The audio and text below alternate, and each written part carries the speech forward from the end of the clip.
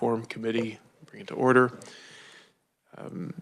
Committee, we have a couple things on the agenda. First, approve some minutes, and then we'll bring up Senate Bill 79, and then we'll have kind of an open discussion on Senate Bill 85. So first off, ask for any comments, corrections on the committee amendments, committee minutes for March 4th and March 6th. Any changes to those minutes? Seeing none, motion approved. The minutes are approved as drafted.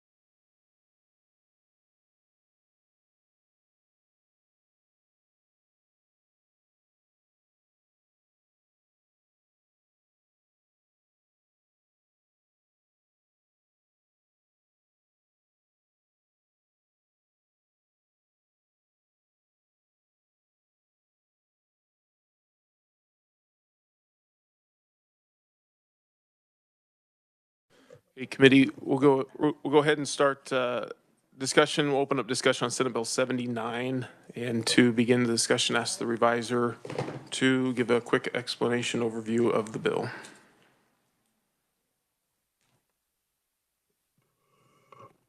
Thank you, Mr. Chair. Senate Bill 79 may sound familiar to you all because we passed out a House version of it several weeks ago. This would request or require the Secretary to seek a waiver from the Supplemental Nutrition Assistance or SNAP program to allow the state to prohibit purchase of candy and soft drinks with food assistance benefits. Committee, any questions for the reviser on Senate Bill 79?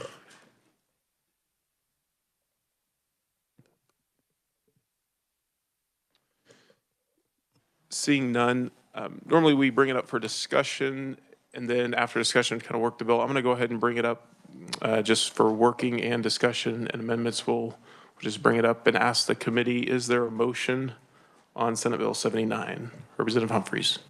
Thank you, Mr. Chair. I move that the committee passes Senate Bill 79 favorably for passage. We have a motion and a second. Committee, any discussion on the bill? Representative Bergkamp. Thank you, Mr. Chair. I move call to question. So this is a call to question. So we first vote on the call to question. Do we need a second on that? Is there a second? Second by Representative Riley. So it's a non-debatable motion. All those in favor to call the question, say aye. Aye. All opposed, no. No. The ayes appear to have it. The ayes do have it. Motion carries. We'll go ahead and vote on the bill. So all those in favor to pass out Senate Bill 79, say aye. Aye. All opposed, no. No. The ayes appear to have it. The ayes do have it. Bill passes out. I'd like my no recorded in record, please. Representative Carr asked for his no vote to be recorded. And Representative Roser would like her no vote recorded. Representative Brownlee Page. Yes, I'd like mine recorded. Thank you, sir. Your No vote. I'm no vote? sorry. Okay, very good. And the same. Representative Mosley, welcome to committee, Representative Mosley. Any other votes asked to be recorded? Seeing none, we'll move on to kind of an open discussion on Senate Bill 85. And there's no plan to work the bill today. This is more just a follow-up from the hearing, and also they've the trip over to DCF this past Tuesday to kind of get a better understanding of their systems, the application, kind of the review. So the intention for today is just kind of more of a committee discussion from the hearings and also from the field trip. And also, I asked several people to be here today and be available for questions as needed. We have in the audience people from DCF, people from KDHE, and the Medicaid Inspector General, and also Mr. Joe Espinoza. I don't know if you're here to watch or available for questions, but since you're here and you've testified for the committee, certainly open season for questions. So would anybody like to start with the discussion? Representative Riley.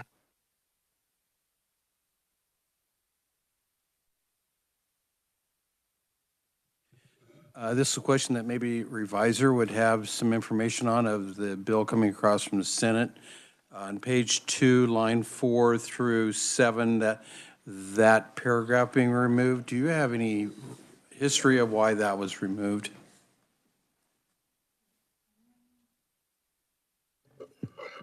Thank you, Mr. Chair. Representative, I do not staff the committee that bill went through on the other side, so I'm not familiar with the committee's intentions behind that. We'd have to probably look to testimony and, I guess, watch the YouTube to figure that out. I don't understand why that was. Representative Barth. I would agree with Vice Chair because I think these were things that we saw them inputting yesterday at DCF or whatever day, Monday that we went there. Those were types of things that we saw them input. So I don't understand either why it was removed.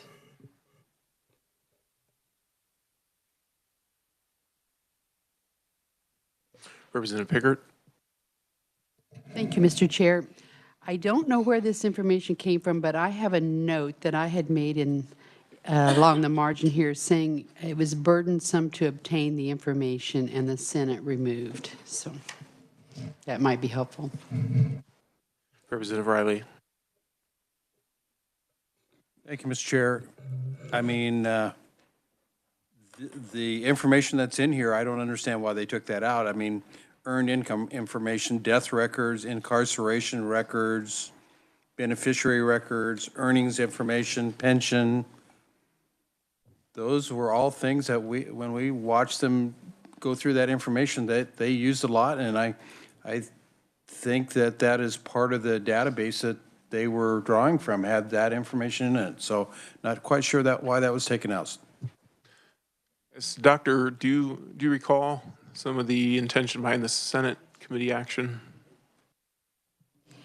Yes, Chair, I do. The information in that specific section is specific to the BEARS file from Social Security Administration. We do still get much of that information, but that particular file, in order for us to enter into that agreement with the Social Security Administration, every person who touches that data must be fingerprinted by the state. That includes our contractors, so our Accenture. Everyone would have to be fingerprinted for us to be able to access that information. And we would have to make some system upgrades that would be costly. Representative Riley. Can you clarify that better? I mean, is it because it's classified information, or Correct. what is the reason you need to be fingerprinted and background check? That is so all of our eligibility workers undergo a background check. They are not all fingerprinted. That is a regulation from Social Security Administration that they would have to be fingerprinted to be able to access that data from that particular file. Representative Roser. This applies to bankers as well, so that makes sense, actually. Representative Humphreys. Thank you. You said just one word. I didn't quite understand what you said, if you don't mind going back. You said that would be the something file. BEARS. Yes. I believe it's called the BEARS file for Social Security. Is that? It is an stand for acronym. something? I don't want to lie to you and try to tell you what it is, but I can look it up. Okay, if you don't mind, I mean, because I thought you said bears, I'm like, okay. Yeah. But all right, if we could see what, I'd be curious what that is. Absolutely. Thank you. Representative Riley. If I recall right, you have 600 some employees that would be working this, so every one of those would have to be fingerprinted? Correct, including our contractors. Why would your contractors need Because information? Accenture is the company that owns KEYS, our eligibility determination system. So they are, when we're coding, when we're adding new information or adding new functionality, their staff they are the ones who are writing that code, who are making those changes. And so because they have access to sensitive data, they would also have to be fingerprinted. Backup question.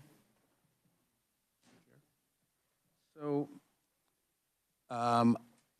I don't remember exactly when we heard from the folks that have the database program, but that was some of the information that they were going to provide at a higher cost, I think, provide to KDHE and yourselves. So if they provide that information, are you still going to have to be fingerprinted? I mean, I know it's going to be, you're going to have a bid and everything like that, but when you start getting this exact same information from another source, you're still going to have to do that. Is that what you're saying? No, so for this information, we get this information. We already get income information from the Social Security Administration. We get death records. We get incarceration records. We have a data match, not through Social Security, but through Department of Corrections. The Social Security SSI data, we already have that. Beneficiary information, we already have that information. But if we want the specific data file that includes all of this information in one place, then everyone would have to be fingerprinted. But we do already get this information. It's just in a different form. Okay, thank you. That clarifies it. Yes. I thought we were going to be missing that completely. Thank you. Representative Esau? I just want to clarify, because I think I heard you say this. Everybody who's accessing that kind of information goes through a background check. We just don't have fingerprints. So if there was something in their background, it would be picked up during that time. Correct. Correct. We only fingerprint once you get to a certain level. Yes. Representative Humphries? Thank you. So, and just again to clarify, so everything listed in here, so that would be earned income information, death records, incarceration records, supplemental security income information, beneficiary records, earnings information, and pension information. All of those things you already get. Is there any of those that are in that list that you don't get already? The only thing that we would not get directly from a source is a pension if it's not federal or state. So if you're receiving pension from a federal agency, yes, we already get that information. If it's from a private corporation, we would not. Okay, thank you. That's helpful. Okay. Representative Brownlee Page? Thank you, Mr. Chairman. Do you have a rough estimate of how much it's going to cost? I thought I heard you saying, you can correct me if I'm wrong, that you're going to have more people or you need more money to do all of this. So have you looked out to any companies who are going to do this to provide what you don't do or what you need in order to make it work? Because it's going to cost. No, we have not, because we are gathering today all of the information that we are federally required to gather to be able to determine and maintain eligibility for our programs. If we want to get that information in a different way, then yes, it would require more staff. We would likely be able to do it with our existing funded positions, but I shouldn't say many, but some of those funded positions are vacant. And so we would need to keep those positions to be able to hire more staff to accommodate this. And just to follow up, in lieu of what happened to education, I know you guys say you haven't heard anything, and I hear you, but somehow I see cuts coming, because if they've cut them, what's going to happen to the others? And it's coming down the pipe. So I know you don't know exactly when, but we're asking for things that you're going to have to pay more. And there seems to be a spirit of cut, cut, cut. So just a comment. Thank you. Representative Roser? Thank you, Mr. Chair. So the purpose of this bill is for us to try and look at the data and see who's eligible on benefits and who's receiving benefits, and see who needs to be on there and who doesn't. And so the return rate of doing this is actually positive, which means that anybody who, this improves an efficiency for us to look for people who are, maybe we're receiving something, maybe they passed away and we're still paying out on something, et cetera. So that way we can streamline our data and pull it together so that we're making sure we're accessing the right records. And then from there, we're able to simplify and see what we're spending our money on. And then after that, you know, that's going to open up spots for us to put other eligible people in for things that, you know, are clerical errors or we're finding wrong. Can I respond? And I'll make it real quick. Yeah, absolutely, Representative Brownlee Page. I understand what you're doing, but I'm also looking at reality. Cuts are coming, and all that's clear. I got what it's supposed to do, but I'm just twisted on, we say we want the efficiency, we want to cut, we want to get people in, but I'm looking at what's happening on the federal level too. I know we're the state, but it does affect us, and things are going to happen. And I'm not that naive. So thank you for the explanation. Representative Mosley? Thank you, Mr. Chairman.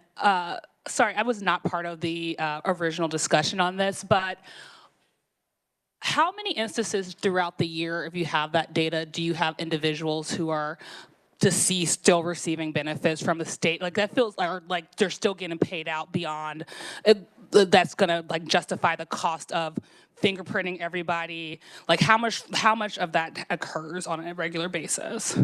It does not happen on a regular basis. We already have an interface with Social Security Administration, and we get death records. And so I have a team in administration. They get that report. They work that report. So you at the most, if we're notified today that someone is deceased, that individual, that household has already received benefits for this month. You will not get benefits for next month. Okay, so it does correct itself eventually. And so my next question for you would be, how much, like, so you would have to fingerprint everybody to have this. Do you know how much it costs for each individual person to be fingerprinted? I do not. So we have fingerprint machines in many of our DCF offices, and then but then some I think are still using paper forms for that, and then it all goes through KBI, and I don't know what that process looks like. All right, so I guess let's put it like how much, as you have to fingerprint everyone, and so that takes notification of staff. So how much staff time would that take if you're having to notify people that they need to come in to be fingerprint? You need to coordinate those things. That has a cost. So what's the average hourly pay in your department? So eligibility workers, I believe, are just over $18 an hour. So they make about $18 an hour. And then, so getting someone in, sending them emails, trying to get them in, following up, that probably takes about an hour of their time. So for each individual, we're paying at least $18 before the cost of actually having to do the fingerprint. And then when they're getting their fingerprints done, is there some type of search for make sure they don't have like a criminal record or anything like that? What happens to the fingerprints? So KBI does that. Currently, the results would go to the regional or the administrative personnel services office. Real quick, I understand, but real quick, that just in the bill, that portion was crossed out. Okay. So, yeah, it is a perfect. possibility out there, but not really under the bill, right? Thank you. So the part that, sorry, one more question. So the part that would have taken fingerprints out, if that's a federal requirement, are you not going to be in compliance? Like the federal government mandates the fingerprinting or no? If we were to access, if we were enter into a data agreement with Social Security Administration for this particular data file, everyone would have to be fingerprinted. But that is the section that's been stricken. Thank you. Yes. Representative Carr. Thank you, Mr. Chair, and thank you, Doctor, for being here today. Can you remind me just how much experience you have in the field? How long have you been in your position and in this area of what would be welfare? Yes, so I will hit my 10-year anniversary with DCF in August of this year. I started in the Kansas City office as an eligibility worker. That's that frontline person who is meeting with clients directly, processing benefits. I then became a case reader, so now I am reviewing work that others have done. I then supervised the Atchison DCF office and one team in the Kansas City office. I then came to actually I spent 8 weeks at KDHE. That was not a good fit for me, so I came back to DCF. Sorry. And I was the TANF services supervisor, so responsible for TANF policy. I was then promoted to a position where I was responsible for both TANF and childcare, and I've been in my current position for 2 years this month. Thank you, and follow up, if I might, Mr. Chair. So with your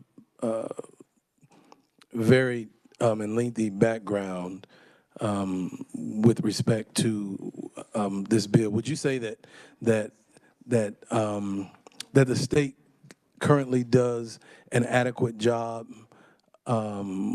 with respect to determining whether or not we have, as far as our information gathering system goes? I mean, do you feel like the state does an adequate job? And kind of compounded in that question, do you personally feel like, and I understand this is just an opinion, but do you personally feel like that even if it were for free, that we would garner some massive amount of additional information that we don't already have, by moving forward, or are we just doing an adequate job with what we've got? So I will address the first question. I do personally believe, with my experience, having been an eligibility worker, that we are verifying the information that we need to, and it's not just my opinion. That would be supported by our federal reviews. Most of our funding is federal funding, and so we are reviewed by different federal agencies to make sure that we are actually following federal guidelines and verifying what we are supposed to be verifying, and that happens regularly. A lot of different reviews with different programs. What this bill would do, we do struggle with application timeliness for food assistance and now for review timeliness, and that means processing those. We are getting better. Having to add these things to the current workload will decrease our ability to avoid a financial sanction from FNS. Because if we don't we are in our 3rd year of not meeting the federal requirement for our application processing timeliness. If we don't get there by the end of September of this year, we will be financially sanctioned, and right now, we're on the way to getting there. But if we add additional steps to eligibility workers, we can't then focus on the things that we need to focus on to be able to avoid those financial sanctions. So just to be clear, there's a possibility that this might hamper the state and in essence cost us money. I would say it's not a possibility. It will happen. Thank you. Thank you, Mr. Chair. Representative Humphries. Thank you, Mr. Chair. So we've talked a lot about the different benefits, so I'm a little confused. Correct me if I'm wrong, Medicaid, which I know is not what we're talking about right now, but I might be getting it confused. Once your new year starts, you stay on it for the whole year. That would be a question for for someone else. Okay, yes. But TANF, or wait, no, we're talking about SNAP here. SNAP, Sorry, yes. Talking about SNAP here. Is there any sort of, once you're on for? Okay, and so right now, I mean, I'm looking at this bill, there's checks on a monthly basis or quarterly, monthly, semi-monthly. How often do you do checks now? So for most SNAP households, we are verifying every 6 months. You have an interim report, and then you have an annual recertification. For households in which all adult members are either elderly or disabled, then that's a 2-year certification period, and we do that interim report at 1 year, at 12 months. Okay, and so in that elderly one, it was 2 years, but if one of them dies, you're getting the death records. Correct. But what about, if something else happens, they move out of state, they move in with, their children, or, one of their situations changes, do you not find that out until that 1 year mini check or whatever? So if they move out of state, we get a report of out-of-state EBT card usage. And so we look at that report. If, I live in Wyandotte County, so if I pop up on the report because I'm shopping in Riverside, Missouri, which is actually the closest grocery store to me, then our eligibility workers, they're gonna look at that report and they're like, oh yeah, but that is the closest grocery store, and so this is okay. If my out-of-state usage is consistently, in Florida, that's a notice that's being sent to me, and they're saying, where are you living? Tell us where you live, because this is not okay. And the thing with SNAP is that there is no federal requirement that I must remain in the state of Kansas once my benefits are approved. I cannot receive benefits in 2 states at the same time, but I do not have to stay in the state of Kansas. And so that's, okay, the feds say that. Do we have a different statute in the state that says that? No. So what we Do not, say is, okay. if you've moved, you need to let us know that you have moved so that we can get your case transferred to that other state. So again, if my benefits, if I'm consistently using my EBT card in Florida, someone is reaching out to me to ask me where I live, and I say, oh yeah, I moved to Florida. Okay, we're closing your case here, and you need to go apply in Florida. Okay, just one more. So when you say they would be calling me, who would be calling you? And how does that, we went over and we saw and loved, loved greeting everybody. All the employees were wonderful. We went over to DCF. That was a great treat. Thank you for the field trip, Mr. Chair. But how does that happen? Is it just like, oh, I think I'll check this group this week and see if they have been using their EBT card out of state? How does that happen? I have an EBT team in administration. They get that report daily. It's an out-of-state transaction report. Every day, they are reviewing that report to see where we have out-of-state transactions. And so it is not just if we happen to notice it. That is a report that is reviewed regularly. So how many EBT how big is that report you get every day? It must be thousands and thousands of transactions. If it's everybody's using the card who used that card that day, or no, it would only be those transactions that are out of state. Out of state. Okay. Correct. Okay. Well, thank you for letting me go on about that. That was helpful. Representative Esau. I just want to make sure I'm understanding too, with the SNAP benefits, it's 100% federal money that we're processing, so that's why we would just go to another state, because you're still going to just have to meet the eligibility requirements, and perhaps they're slightly different on the eligibility requirements per state, but it's all federal dollars, not state dollars. Correct. And SNAP, it's not even a pass-through. We don't see that money. It goes from the feds to FIS to be put on EBT cards.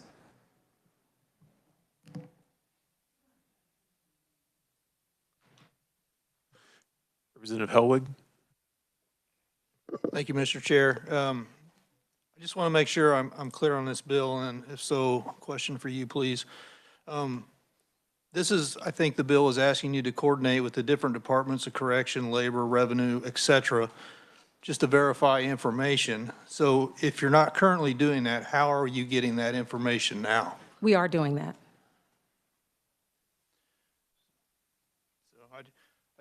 So then what is the problem with this bill then clarifying that you'll be doing that?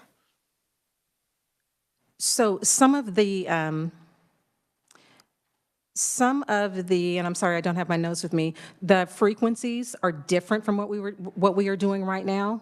Or if you were requiring us to enter into a data sharing agreement, and right now we're going out and getting the information as we need it.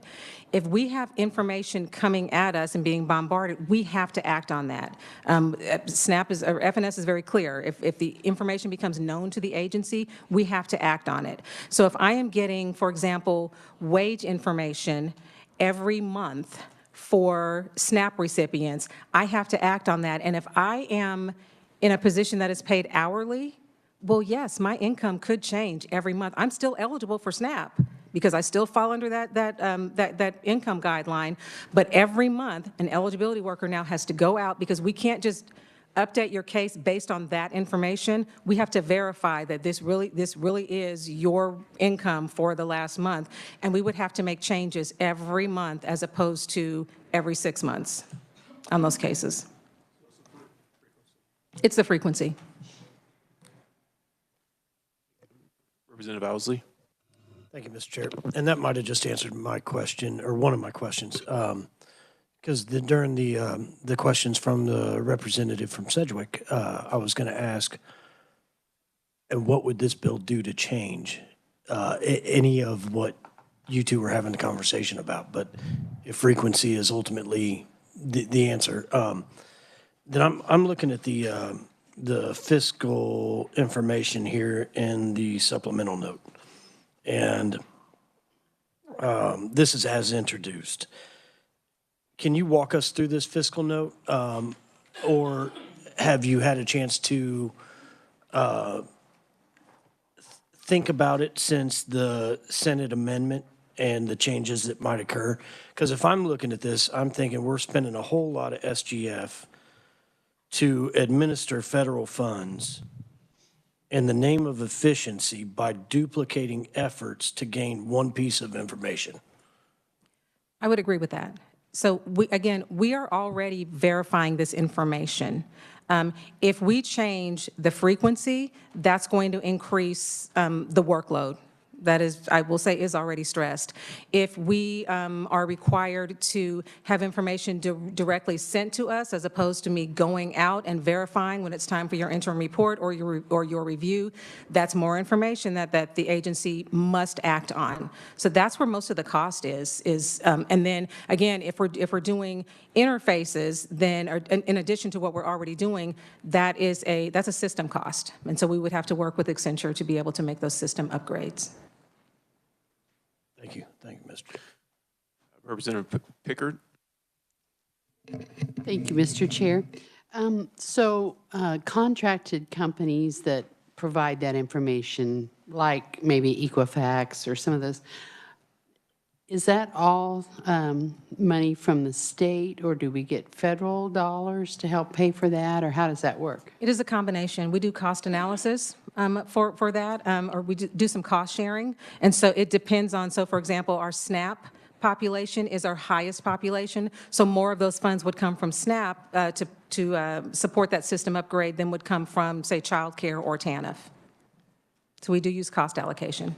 Is there a percentage, or, like, I've heard, I think somewhere 75% federal dollars and 25% state dollars? That could be, I do not have that number. Okay. I don't have that number. Thank you. So I want to jump in real quick. I think it might be helpful, and this be questions for you, Doctor, and also for KDHE, kind of walking through the bill and taking a look at some of the checks and then the frequency. And we'll kind of go through the bill and say, okay, this particular check, here's the frequency in the bill, and maybe get an idea of what the current frequency is. Is that clear as far as the idea? Yep. Okay. So Dr. Yeah, so maybe we'll just start, and then maybe just kind of on notes, maybe just keep a little tab so we can go back and reference if needed. But so the first one, I think it's on line 16 of the bill. It says monthly basis from the Office of Vital Statistics, including but not limited to death records. So maybe as far as death records, the bill is asking for a monthly check. How does the process currently work? We currently get that data exchanged daily. And then where's the data come from? It comes from vital statistics from KDHE. So you currently get a daily, and Correct. then if you see somebody passed away, you're acting on that Correct. immediately? Yes. So the kind of the check on death from DCF is daily, and it's, so when you take a look at the bill, if this is asking on a monthly basis, why, it seems kind of odd if the bill is asking for a monthly. It would be strange to.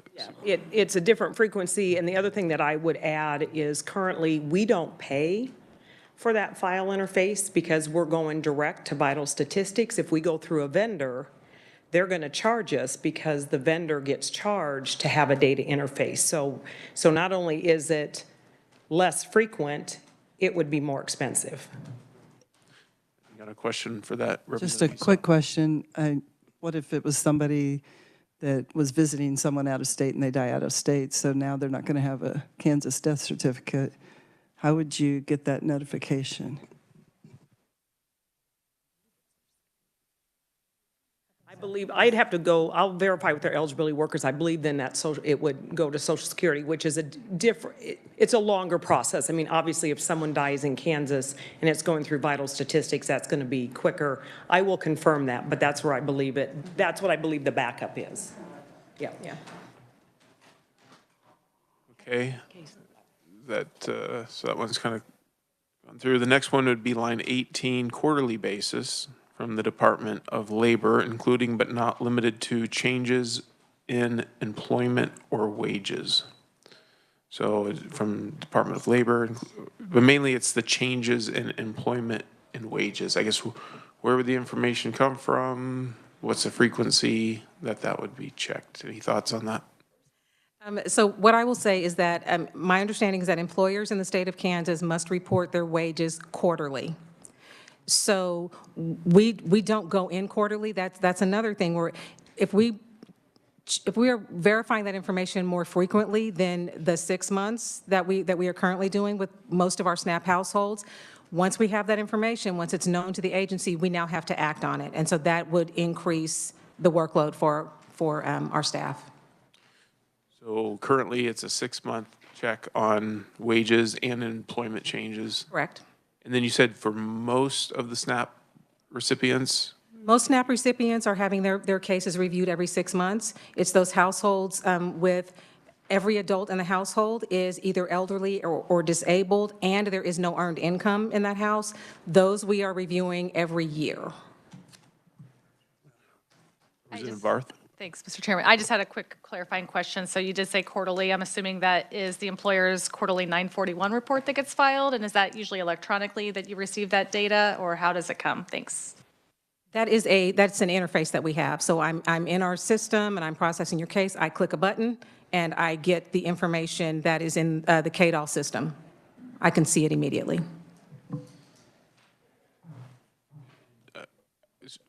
Representative Bergkamp. Oh, sorry. Thank you, Mr. Chair. And I forgot to ask this earlier. How often, so I know they're required to report any changes in income for eligibility purposes. How often does that happen versus you notify them that your income is now above the threshold? Do you know like what that number looks like? Is it more often you saying, we notice an income difference, you're no longer eligible, or is it they self-report the change? I would have to review that. So what happens is once we approve your food assistance case, the letter that you get that shows that you have been approved lists those in your household who have been approved, and we give you a dollar amount that this is what you are going to receive every month. There's also a line in there that says if your monthly income goes over this amount right here, you must let us know. So if they don't, and we are not aware that their income went over that threshold, 6 months, when we process their interim report, first of all, we're going to close their case because they're now over income, and we're going to go back and evaluate when did they become over income. And from that point forward, we are counting that as an overpayment, and then we would go back to recover those funds from the household. And then is it typical they repay, or is it just like not worth the time? Like if they say we're not going to pay, it's not worth it because of the cut. You know what I mean? It's one of those where you just write it off as a bad debt expense. We do not just write it off. So it stays. Once I enter an overpayment record in the system, so let's say I do that today. 3 years from now, that client comes back in to request food assistance again, that overpayment is still there. And the first full months of benefit, we are going to start taking that money out of their monthly allotment. We also have the option of doing a tax intercept, so we can intercept your income tax refund, depending on the size of the refund. Thank you. Appreciate it. All right, so Medicaid, of course, is very different because why would we want to have the same rules between our public assistance programs, right? So we are the same way. We have an interface with Kansas Department of Labor. We also utilize Talks, which is through a vendor, and we pay for that. Kansas Department of Labor is a free interface today. So for eligibility, we use those interfaces at the time that you apply, and then whenever your renewal period is. We have 2 categories of eligibles that are determined every 6 months, medically needy, and then what's called qualified Medicare beneficiary. It's a limited benefit package for dual eligibles. All of our other populations we do annually. So by federal requirement, a child is eligible, required to be eligible for 12 continuous months. So even if they reported income to us up, and it makes them not eligible, it doesn't matter because I can, and that's 60% of our membership. The next 30% of our membership are our nursing home residents and our home and community-based services membership, and we do them annually as well. Can you go back? What was the first percentage group? 60, it runs between 60 and 63% of our membership are children. And they are required by federal requirements to have 12 months of eligibility. When they will report income in the interim is if their income goes down. Because if they happen to be on CHIP, even though CHIP, they do get continuous eligibility, a lot of times they have to pay a premium for their child to be on CHIP. So a lot of times if the family has a reduction in income, they'll let us know because we can put them on what they call greater coverage. Medicaid is considered greater coverage than CHIP. But if they're already in Medicaid, they get 12 months continuous eligibility unless they move out of state or the child dies. So again, we do the income checks at the point of application and then at the point that we're federally doing their annual review. And then we have long-term, the next 30% is long-term care residents, which are going to be your HCBS. They're going to be your nursing home residents. Again, we do them annually. Obviously, the likelihood that they're not working. So, you know, obviously paying to do a data match through Talks or even doing something with KDOL, they don't have income records, but we do them annually. And then the last 10% of our membership is what is called your caretaker medical or your parents. Right now, we have continuous eligibility for that population. One nuance that I want to point out, they don't get off Medicaid. If we end continuous eligibility for them, they now qualify for TransMed, which is another Medicaid eligibility program. So if I do a data match, we find out that their income has changed, I can't act on that data match. That's a federal requirement, cannot do it. I have to notify the family, I have to pay a worker to work the case. If we determine they no longer qualify for caretaker medical, all I do is move them to what's called, we call it TransMed, transitional Medicaid. It's still Medicaid coverage. So we've paid for the extra data matches, we've paid for workers to work it. It would be an FTE increase for me to move them from one category of Medicaid to another. So that's why, again, we still only do it once a year because that's a lot of expense when at the end of the day, I'm not ending their Medicaid eligibility. I'm moving them from one category to another.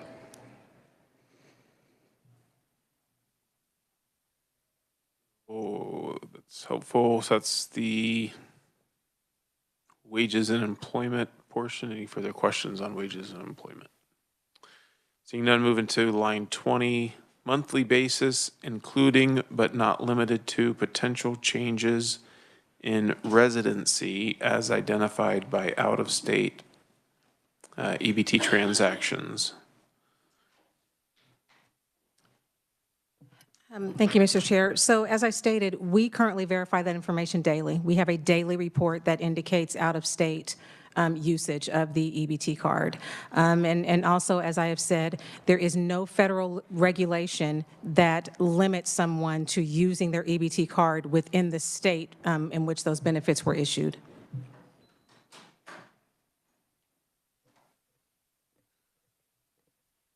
So each day you're getting a report and that's followed up. If you see something, an outlier, you're typically checking into it.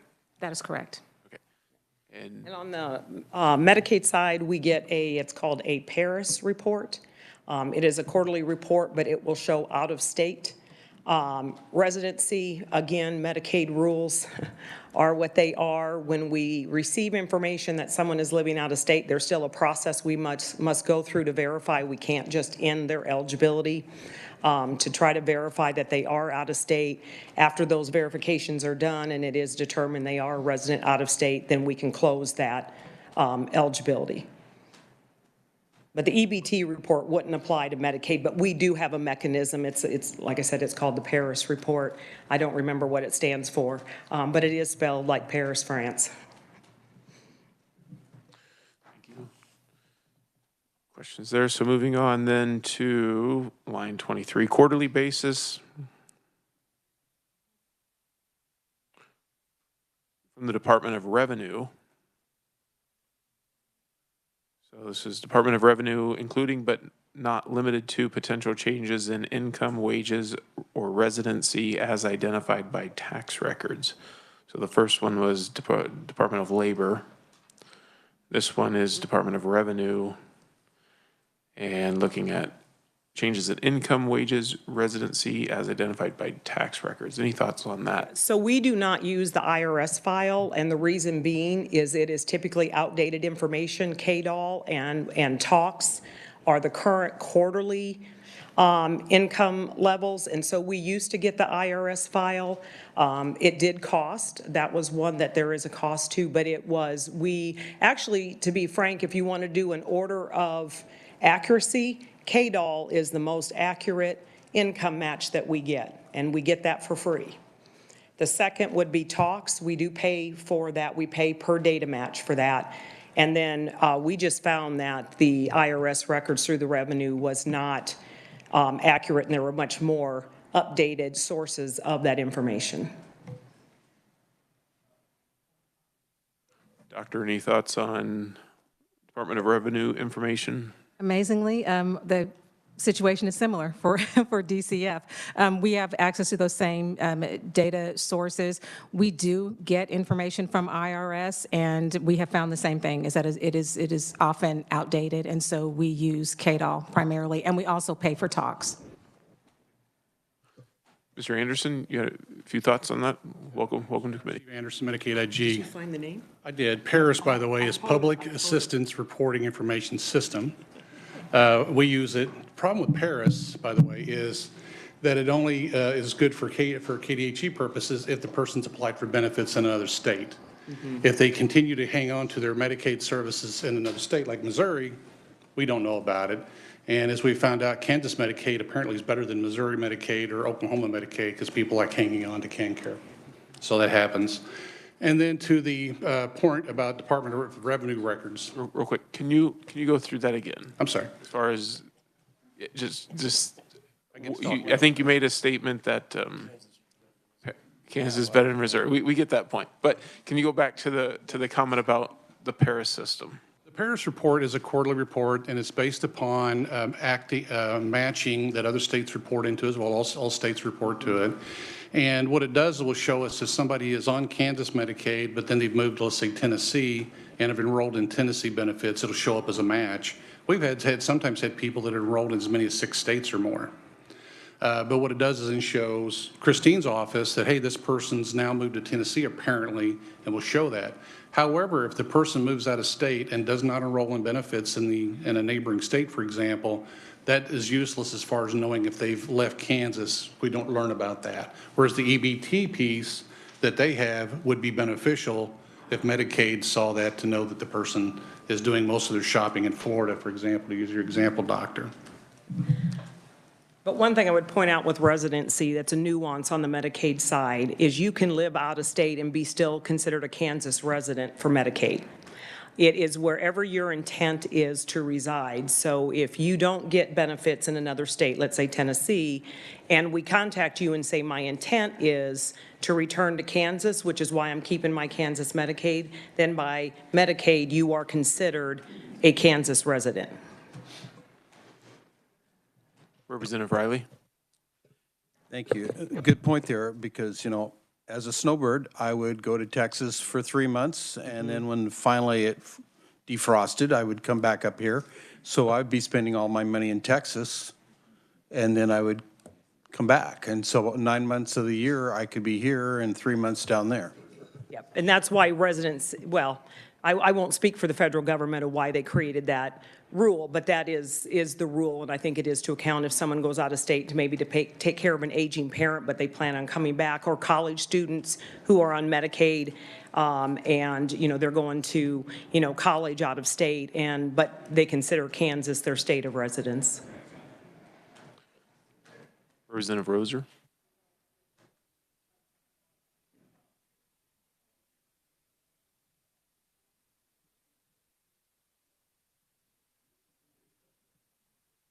Representative Burkamp? Thank you, Mr. Chair. So let's say you have Kansas Medicaid. You can use that in any state, correct? Do you keep track of how much is spent out of state versus in state? Yes. Because I was just curious, like if you lived on the other side of the Kansas-Missouri border, but you're like, I intend to come back to Kansas, but you never really do, but you're spending all your money in Missouri, but you're on the Kansas system. So I didn't know if you ever saw like anomalies of.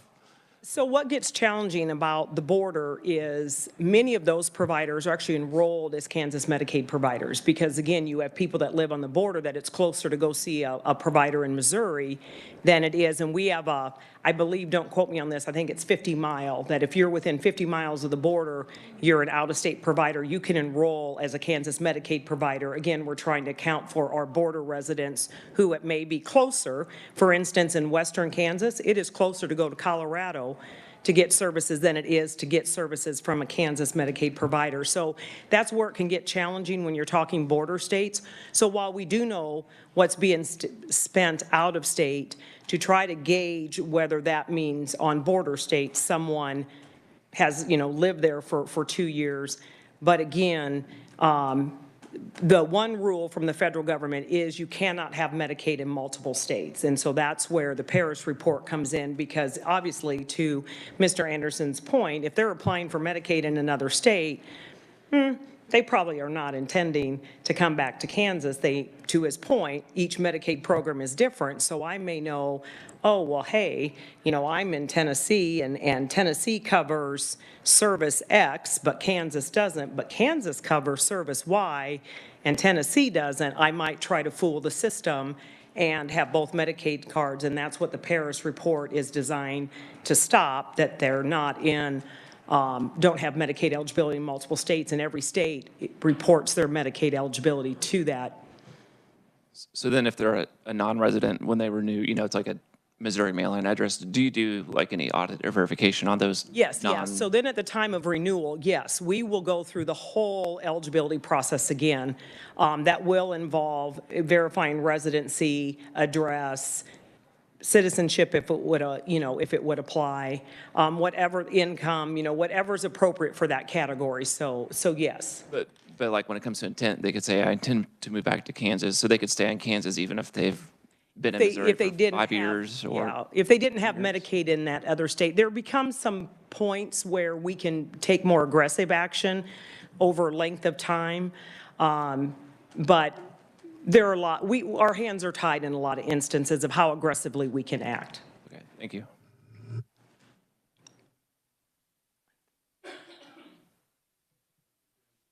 Mr. Anderson, you had a follow-up? I was wanting to finish the point I was making on the Department of Revenue records. Certainly, some of the things that they use, the Department of Labor records are good. The Department of Revenue records are beneficial when you have people who are self-employed, contractors. Those typically will not get reported through Department of Labor or TOX systems. And sometimes when we were doing some of our investigations reviews, we find it necessary to get tax records from the state to verify income, because they'll oftentimes report zero income. It's not KDHE's fault. They have no way of knowing that. But there is a reason sometimes to look at DOR records. But as far as making it a routine, I wouldn't recommend that. That would be an awful lot of work. And money. And on the money side of it too, just back up, a lot of times we're talking about state general funds here. Well, that's federal money. I pay federal taxes. I'm sure most of the people at this room do as well. So when we talk about federal dollars being wasted, I still care about that.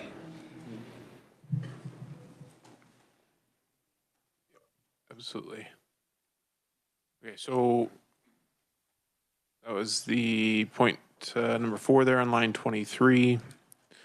So Department of Revenue numbers, income, wages, residency. So overall, kind of summary on that particular point is you're currently using KDOL. You like the information there. You have a talk system that you're also getting some information there.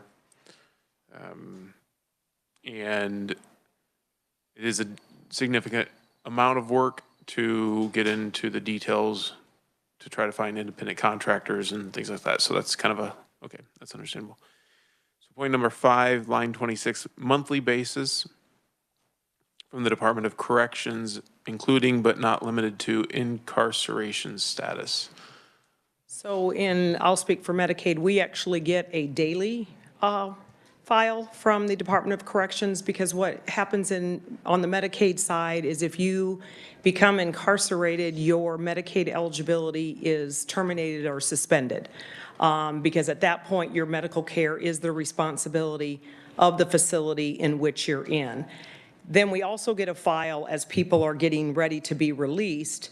So the reverse can happen. They can be evaluated to see if they meet Medicaid eligibility for their Medicaid to be turned back on or reinstated. So that actually happens. That's actually a daily file that we get today. Doctor? And I imagine we are receiving the same file because we also receive it daily and work that appropriately. And it's kind of a similar, obviously with Medicaid, if they're incarcerated, the prison system takes over their health care. When you get that report daily, if you see that somebody is now incarcerated, what happens then? It depends. If that is the only individual on the food assistance case, we close the case. If, let's say that person is married, there are children on the case, then we make that other adult the primary applicant, and we remove that person so that person no longer receives benefits. You get that from, and I apologize if you said this, Department of Corrections, or? Yeah, it's actually called the VINE file, or used to be called APRIS. In fact, it still may be called APRIS, but it's also part of the VINE program. But that is APRIS, so the facilities report up to APRIS, and then they're the ones that then send us the file on the folks that have Medicaid eligibility. So again, we can in-date them while they're incarcerated. I will tell you, it obviously, as you can imagine, at the county jail level, sometimes by the time we're notified, they may already be out, because some of those stays can be days or weeks. So I do want to say that part of it will never be perfect.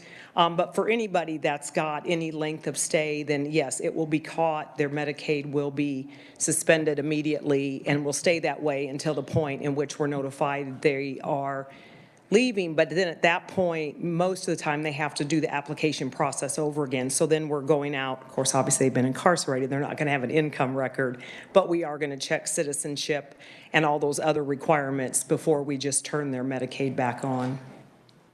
That information gets to you fairly quickly. If somebody is incarcerated today, you would be getting that information sometime soon. How long do you see that? I would say most of the time it takes probably 2 to 3 days. I think some of the jails are very quick. Some of the larger ones are very quick. Department of Corrections itself is quick, but jails, you've got some jails that may have one employee.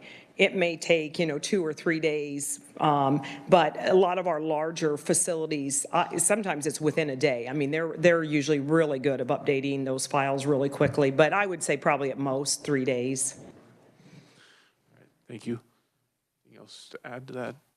So moving on, line 28, point number 6, semi-monthly basis from the Department of Labor, including but not limited to potential changes in employment, income, or assets. Things like there might be some duplication from prior points, but any thoughts on that particular one? So once again, from the Department of Labor, including but not limited to potential changes in employment, income, or assets. So, Mr. Chair, what I would say to that one is, first of all, again, Kansas employers are required to report quarterly, so the earnings of their staff. So I don't know that there's benefit in verifying that information more frequently. But again, if we do that, either through a data match or we have to assign a team to verify that information, then that is more work for us, because once we find out that there may have been a change, then we would have to act on that. Okay. Sounds easy enough. And line 30, point number 7, this is the lottery. Households winnings of $3,000 or greater. How often do you do the lottery check currently? We currently get a monthly report for that, and we are verifying winnings of at least $3,500. So that would be a quick system change that we would need to make to change that to $3,000 I apologize, you get that how frequently? monthly. Okay.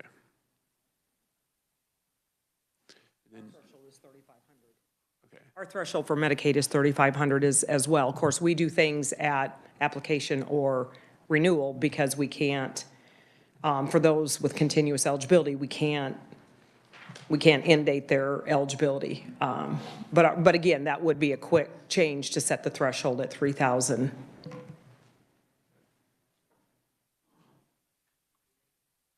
And this would be page, Representative Riley. I think I brought this up Monday or whenever too, but you get that report from the Lottery Commission, right? Or the lottery folks themselves directly? Yes, that's correct. And so my understanding was, and you're welcome to change that thought process, but someone wins $900 or more, then they have to fill out a form and it gets verified that they won that amount of money. I mean, that's anything above $900, they have to find a report on it. And I just was curious why that level is where it was, because they probably are giving you or could give you more reports. They could. I believe the thought process is that $900 is unlikely to make that household ineligible to receive food assistance. So that, and it is also a one-time increase in their earnings. And so what the rule for FNS is that for most income sources, in the month that you receive it, we would count it as income, and in any month after that, it's counted as a resource if it's still in your checking account.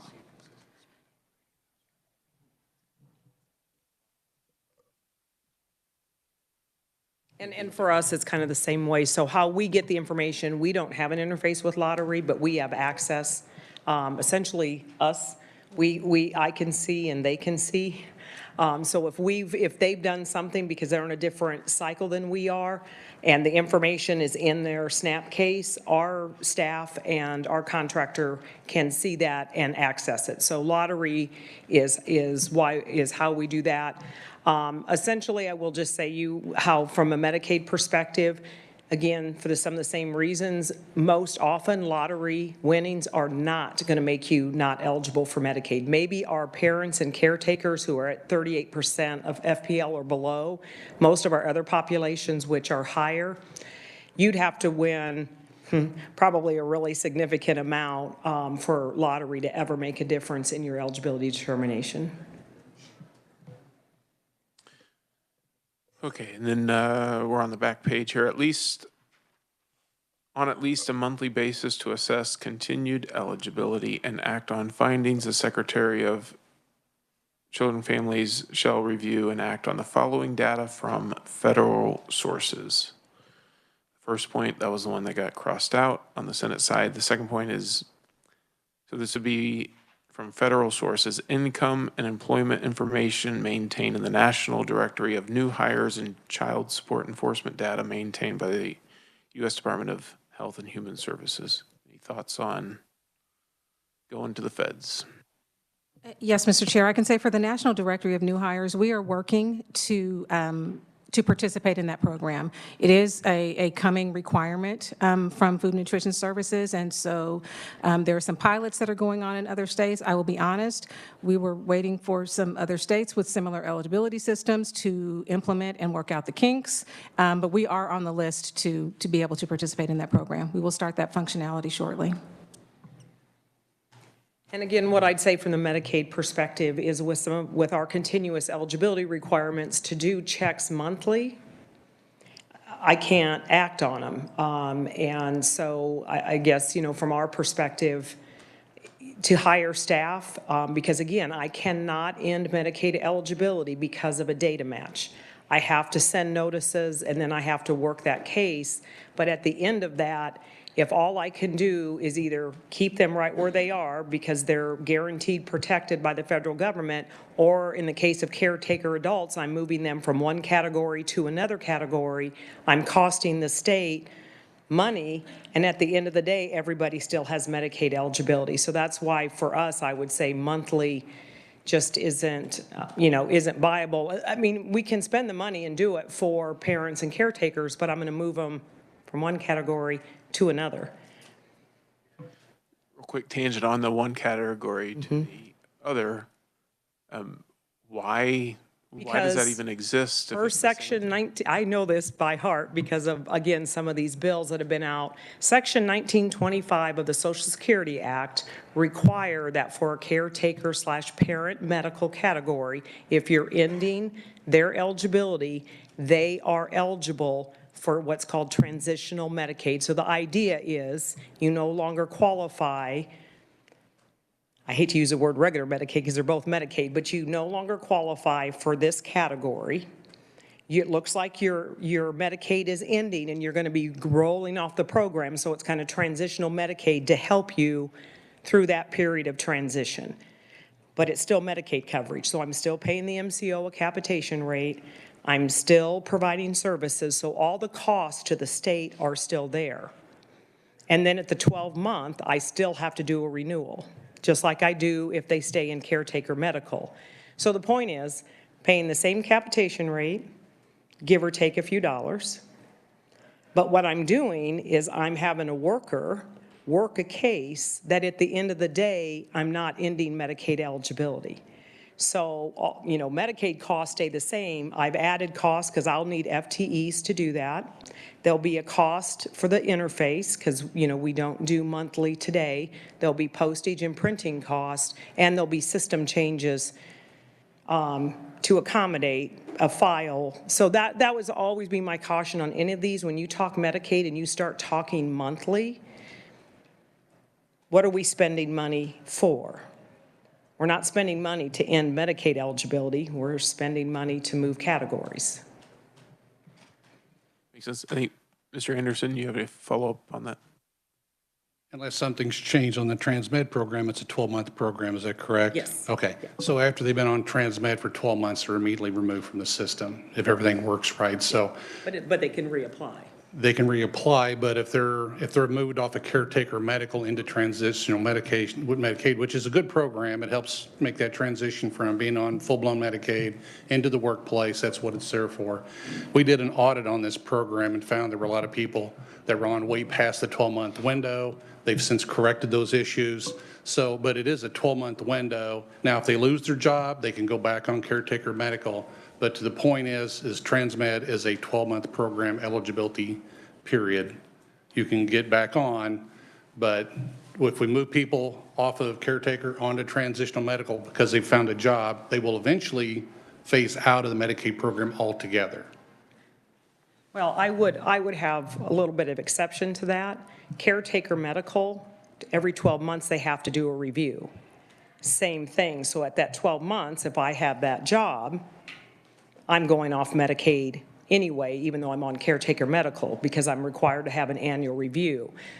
So I would say, and we've kind of done the fiscal for another reason, the data match alone is $4.3 million a year. Can you define that data match alone as? The monthly data match for the caretaker medical population, it's $37,000. So if I'm doing a monthly data match on those folks with what Equifax charges me, that's $4.3 million a year. You currently don't do that. We currently don't do that because we're just keeping them in caretaker medical for their 12 months. Into the 12 months, they have to pass a renewal to say I'm still eligible. I could spend that 4.3, and that's just for the data match. That's not for FTEs. That's not for any of the other costs. I could move them. So let's say I move them at month 7 to transitional Medicaid. Yes, that Medicaid will end. But at any point, they lose their job, they could come back in. But both of them have a 12-month cycle.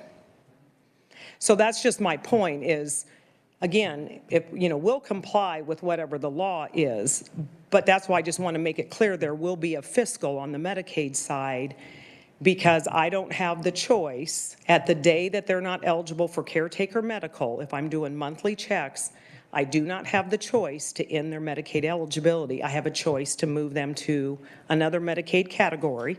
Yes, it will end. But even in caretaker medical, every 12 months, they have to go through the review process. So if they do have that job, they'll be kicked off then anyway.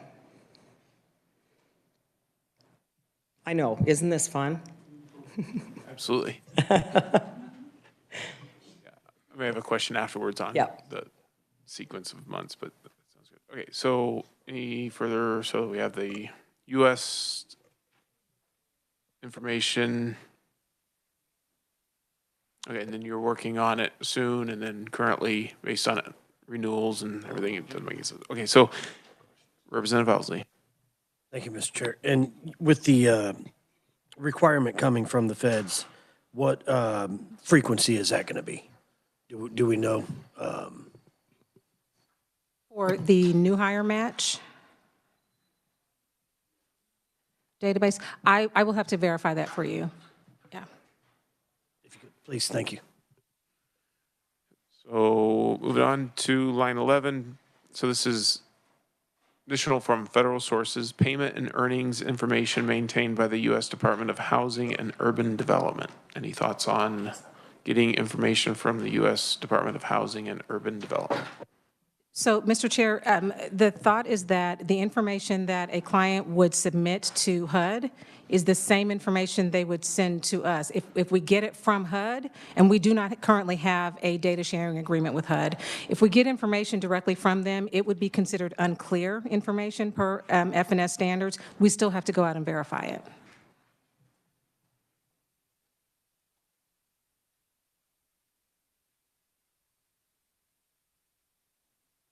And from a Medicaid perspective, and I'm drawing a blank, so I'll have to follow up later, there are really only 2 eligibility categories where that information applies to Medicaid eligibility. So for like children, HCBS, a lot of those populations, we can't even use it. It's not a part of the Medicaid eligibility determination process, so it wouldn't, we don't need the information.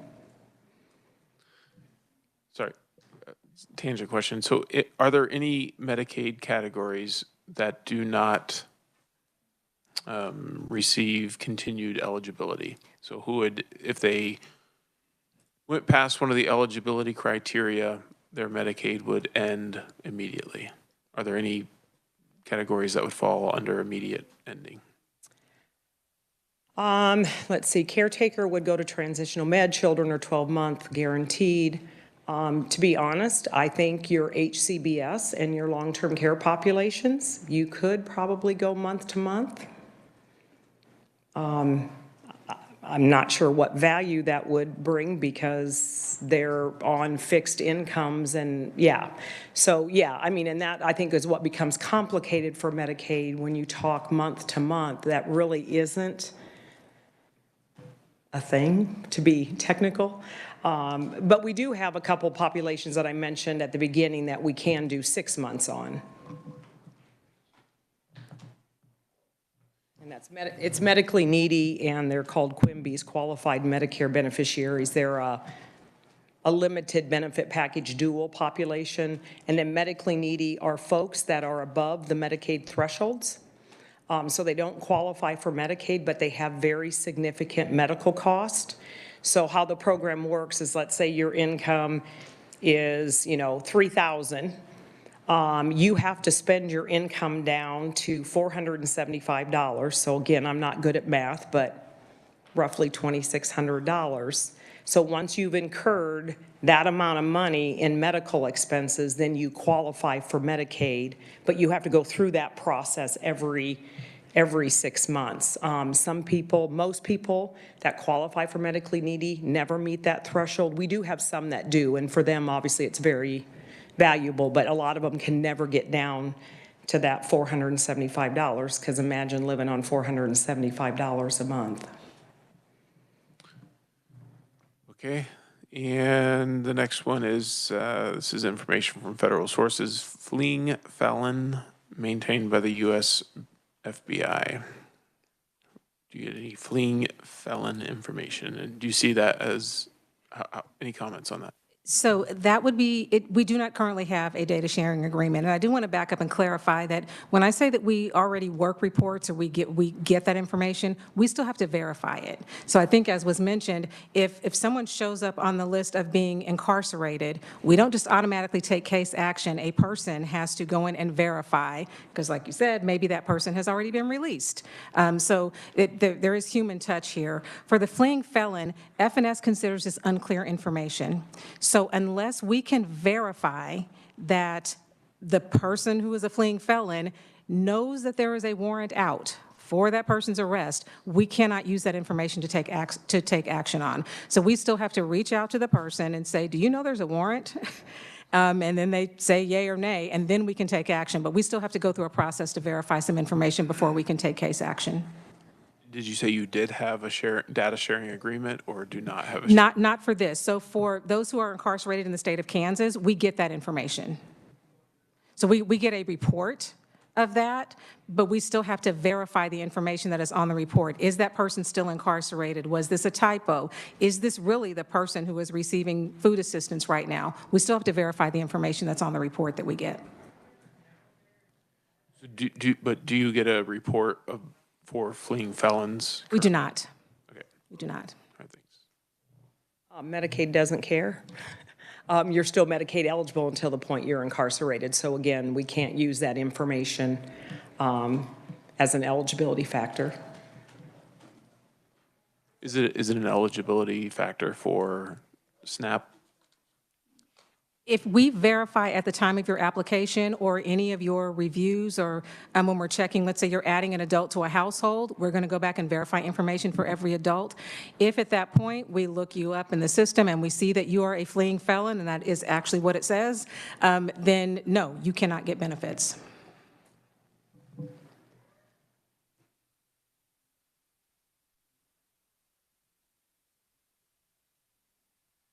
Okay, we'll try to get through, I think, and then the other one is just the reporting data. On the reporting data, so that'd be back page, line 15, quarterly basis, just the findings of non-compliance, fraud investigations, all that. Any thoughts on the reporting data? So Steve can probably attest to this as well. There's a lot of protections for Medicaid members who commit fraud. So it isn't an automatic that you would be taken off the rolls. So there is still exceptions to being taken off the rolls. So again, that's where we would coordinate with the Inspector General's office. We would have to determine if they meet the criteria, even though they committed fraud, to even be removed from the DCF has a similar process. So my team does not identify fraud. We will make a fraud referral if something does not look quite right on a case, but we are not actually the ones who are investigating fraud. We have a team of individuals who do that.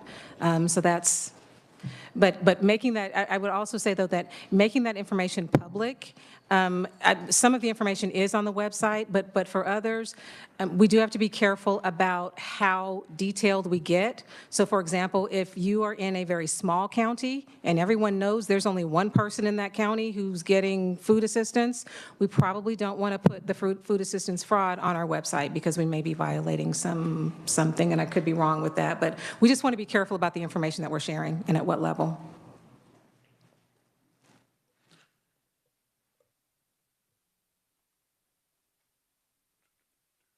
Okay, so on the thoughts, okay, of fraud, obviously there's the letter of the law, the spirit of the law, trying to respect taxpayer dollars.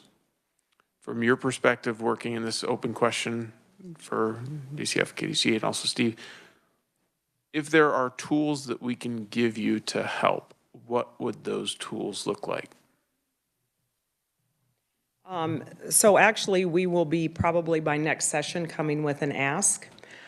We've been doing some work. In fact, we have a meeting with Mr. Anderson and his team after the session ends, but we've identified what we think are some automations we can do. So for instance, in the Medicaid system, Medicaid eligibility is in what's called the KEYS system, and it's run by Accenture. All your capitation payments, all your claims data, provider enrollment, all of those pieces are in a separate system called KIMS, operated by a different vendor.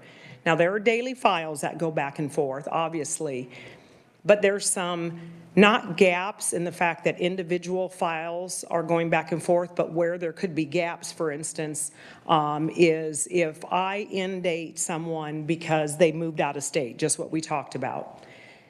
I indate their eligibility.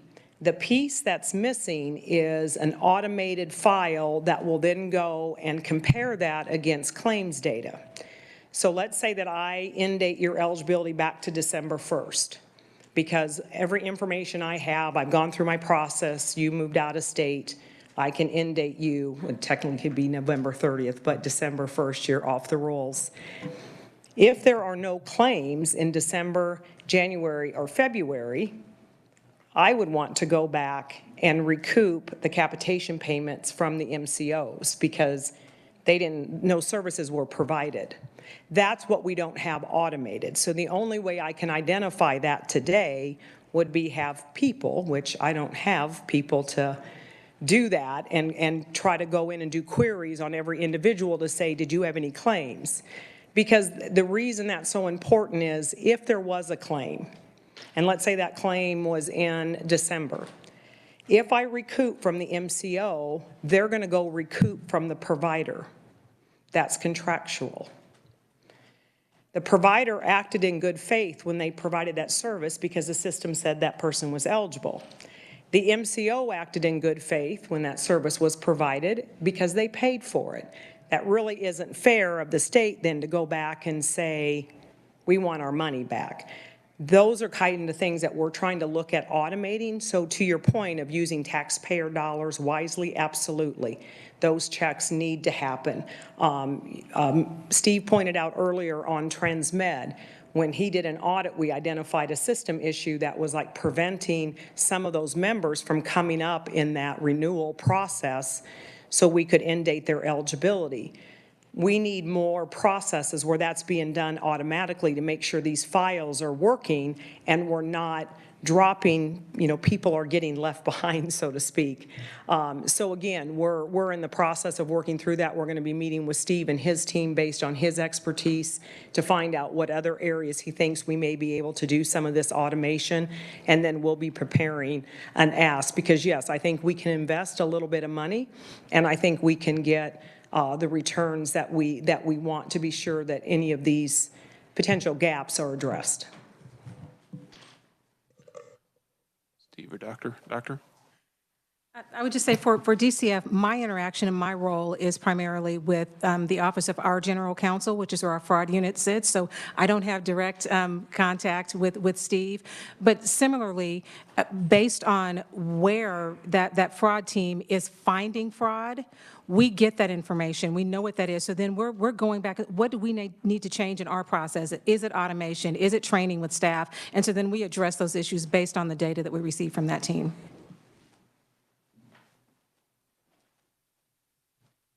Sure. One of the, we have access to obviously KDHE data, the sources she talked about, keys as well as KIMS. I have analysts that have access to it, and so does most of my staff. So we're constantly are looking for data, so that's helpful, having that access and that cooperation. One of the areas where we are short on data is getting information through Social Security matching.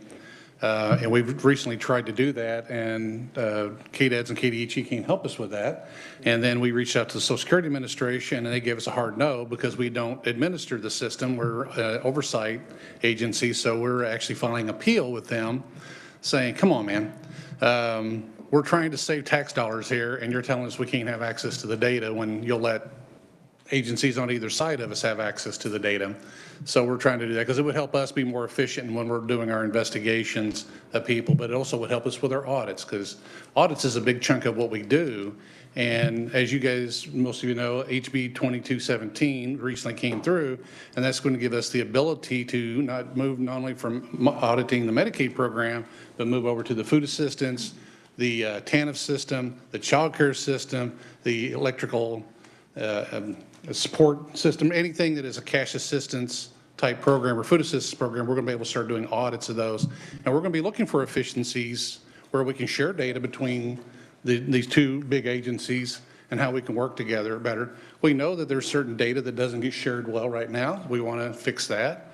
And to the point she was making about the Transmed thing, as far as investing in technology, the overpayments we identified on that Transmed audit was $16 million in overpayments. We could invest that and save a lot of money by doing that sort of thing. So that's what we're looking at doing. We want to be able to do that same thing. We know that there is some oversight for the DCF operations, but we also know that the federal audits are usually fairly narrow and restrictive. We've had really good luck, and I make this point frequently.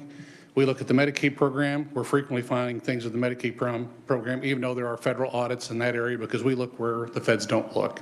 And also the feds really don't spend a lot of time in Kansas. It's just, I hate to say it that way, but that's the way it is. Maybe that's a good thing. You mentioned something about some of the data that could be shared a little bit better. What were you you want to dive into that? And I know we're past 3, so people have to go, but that particular. There's data, for example, on income information. It may be in DCFs, but the eligibility workers for KDHE, sometimes if it's coming solely from something that's reported in the DCF side, the KDHE eligibility workers are trying to process cases quickly, time-wise, and I think there was a point made earlier about the workers they're on kind of like a piecework type thing, so that sometimes it's hard for them to look. So that data is not always readily available. We talked earlier about the lottery piece. I know from reviews that we're doing on the lottery stuff that that information may be available on the DCF side of it, but it's really not getting reported over to our KDHE friends. And there are people out there. We have one guy who was a lottery winner, won over $900,000. That never got reported to KDHE. So there's things like data like that. We could do a little better job of sharing data within the systems across the two agencies, I think, and we would want to look for those kind of efficiencies.